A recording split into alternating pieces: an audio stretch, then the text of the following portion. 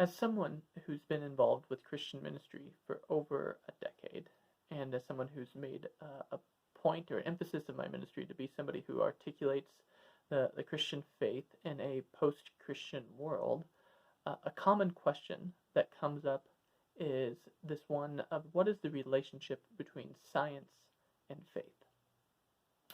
I have non-Christians who will often ask me, how do I reconcile science and faith? And I always find it to be odd because I don't view them as conflicting entities. But recently, I've seen a lot of churches respond in pretty foolish ways to science, and so I realize that this is something that both those inside the faith community and those outside the faith community still don't really have a firm grasp on of what is this relationship between science and faith. And if I were to put it simply, I would say that if by science we mean repeatable, proven facts about the world, then science is simply an input into our lives that we then process through our lens of faith, and that leads to certain actions in the world.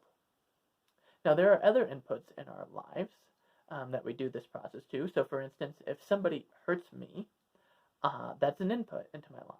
And then I process through the lens of faith, which in this instance, if somebody hurting me, it would be recognizing that that person is no worse or better than I am, that we're all sinners who are loved by God, right? That we've all made mistakes and have a little bit of evil in all of us on one hand, and at the same time, that we are all deeply loved by God, as seen most clearly in the life, death, and resurrection of Jesus Christ.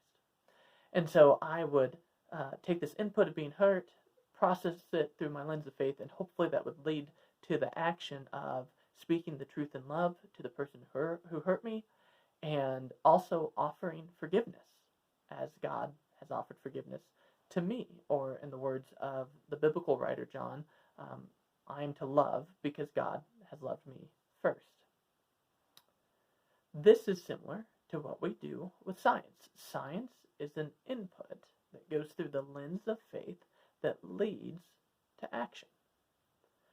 And something I hope that we all see in that is that everyone then has a faith lens. Everyone has a type of faith. Even if you come from a different faith tradition than me, if you think of yourself as somebody who's spiritual but not religious, or if you claim no religious affiliation whatsoever, we all have this lens that we see the world through. A helpful way to explain this comes from the Christian philosopher and author James K.A. Smith. He says it like this. He says, "Either I will see others as neighbors, as image bearers of God, that whose very face is called to me in a way that is transcendent, or I will have a take on others as competitors, threats, and impositions on my autonomy."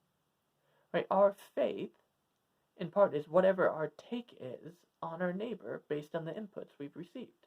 So, for example, the people who are hoarding the toilet paper, right, their take on their neighbor is that they're competitors. The guy who bought 17,000 bottles of hand sanitizer, or whatever amount it is, his take on his neighbor is somebody to be taken advantage of in the midst of fear and concern. Right? There is nothing in life or in this situation that doesn't go through our lens of faith. We all place our faith in something, and part of that, you see it in what your take is with your neighbor. But many of us, our faith is being rattled and shaken because our faith is really in our own sense of safety or our own sense of security. This is often fueled by our view of finances, right? Those right now who are most concerned about the stock market crumbling down are anxious because it's threatening their faith, because they have used finances to fuel the faith of their own comfort, of their own security, of their own power. And that's being shaken. Another way to look at science and faith is to look at this interesting interaction between Jesus and some religious and political leaders of his day. They're coming to him and trying to trap him. For some context, Jesus is nearing the end of his life, and he is at the religious and political center of his day in Jerusalem. And these two groups of people are coming to him, the Pharisees and Herodians, and these two are kind of strange or odd bedfellows. You see, the geopolitical situation of the time is that Jerusalem is under Roman occupation, and the Pharisees, they hate this. They long for the day when somebody will come and help overthrow the Roman occupation. And the Herodians, on the other hand, they've kind of cozied up to the Roman leadership. They like and listen to King Herod, who is the quote-unquote king of the Jews that the Romans have put in charge of the Jerusalem. And so you have these competing groups that are coming together and they're trying to trap Jesus. And Mark explains it in his gospel like this. He writes, "They sent some of the Pharisees and Herodians to Jesus to catch him in his words. They came to him and said, 'Teacher, we know that you are a man of integrity. You aren't swayed by others because you pay no attention to who they are, but you teach the way of God in accordance with the truth. Is it right to pay the imperial tax to Caesar or not? Should we pay or shouldn't we?'" So here's the nature of the trap. On the one hand, again, you have the Pharisees who hate the tax, who hate Rome, who want to get rid of them. And so they want Jesus to answer in a way that will side with them. But if Jesus answers in a way that sides with them, then the full weight of the Roman government may come down on Jesus' head. Now, if Jesus doesn't side with the Pharisees, then it may seem like he's siding with the Herodians, which means that he's not the rebellious leader that people are hoping he is, that he's just kind of another suck-up to the political establishment. But Jesus does something surprising. This is what Mark says happens in his gospel. He says, "But Jesus knew their hypocrisy. 'Why are you trying to trap me?' he asked. 'Bring me a denarius and let me look at it.' They brought the coin. He asked them, 'Whose image is this and whose inscription?' 'Caesar's,' they replied. Then Jesus said to them, 'Give back to Caesar what is Caesar's, and to God what is God's.' And they were amazed at him." Jesus acknowledged that they should simply pay the tax, but he also clarifies that while Caesar gets the tax, God gets your whole life. In our current situation, we are to give to science what is science, right? Wash your hands, practice social distancing, avoid big crowds, and give to God what is God's, which is your whole life, right? If you think about it, whose image is on you? Whose inscription is on you? Well, we believe that you are made in the image of God, and so is your neighbor. And then the inscription on you and those around you is that you are loved by God. And so the call to give to God is, do not be afraid. Death is not the end. You are to pick up your cross, lay down your life, and serve your neighbor.